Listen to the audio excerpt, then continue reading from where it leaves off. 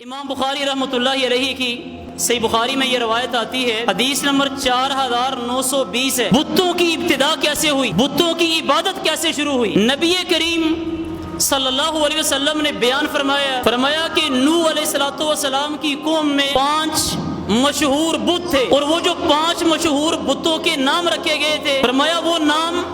نوح علیہ السلام کی قوم کے بڑے نیک لوگ گزرے ہوئے تھے، اور ان نیک گزرے ہوئے لوگوں کے ناموں پہ ان 5 بتوں کے نام رکھے۔ اور وجہ بیان کی گئی کہ وہ نام کیسے رکھے گئے۔ جب وہ لوگ دنیا سے چلے گئے، شیطان نے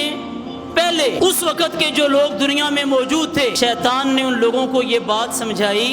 کہ انسبوا فی مجالسہم التی یجلسون انصابا سموا باسمائہم۔ یہ الفاظ اللہ کے نبی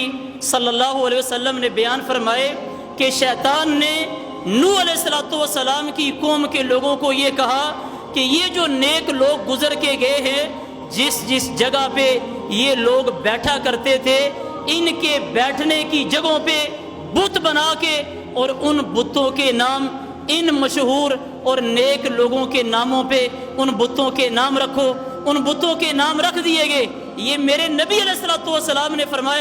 فرمایا ان لوگوں نے ان بتوں کی عبادت نہیں کی، لیکن جب وہ نسل گزر گئی، وہ لوگ دنیا سے چلے گئے، جب پچھلی نسل آئی ہے تو پچھلی نسل کو شیطان نے کہا کہ تمہارے آباء و اجداد ان بتوں کو سجدے کیا کرتے تھے، ان بتوں کی عبادت ہوتی تھی۔ ان لوگوں نے باقاعدہ سے ان بتوں کے سامنے سجدے شروع کر دیے، اور بتوں کی عبادت کی ابتدا نوح علیہ السلام کی قوم سے وہ ایسے شیطان نے شروع کروائی۔